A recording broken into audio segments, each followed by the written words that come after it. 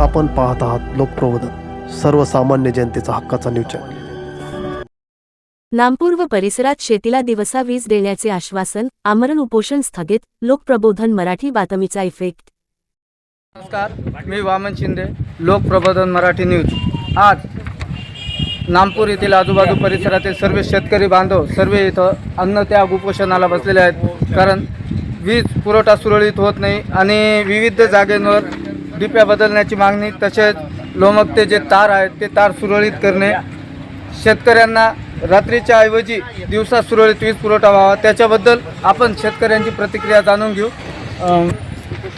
प्रश्न आहे ते आपण ऑफिसला चर्चा आता दिवसा वीज पुरवठा देण्याचा जो निर्णय आहे तो आम्ही तांत्रिक दृष्ट्या जेवढं शक्य आहे तेवढं 6 तासावर आणून 7ही दिवस दिवसा देण्याचा प्रयत्न करत आहे। त्यामध्ये तांत्रिक अडचण आली तर एखादा दिवस तुमचा वीज पुरवठा बंद राहू शकतो। म्हणजे पण उदाहरण सांगतो, तुम्ही आता आमच्या तालुक्यात 23 सबस्टेशन आहे, 23 पैकी 16 सबस्टेशनला आम्ही दिवसा ऑलरेडी चालू केलेली आहे। तर लोक 8 तास जेव्हा दिवसा देतो ना तर ते 4 किंवा 5 तासही वापरत नाही ना, लाईट दररोज दिवसा आहे म्हणतात ते 5 तास आज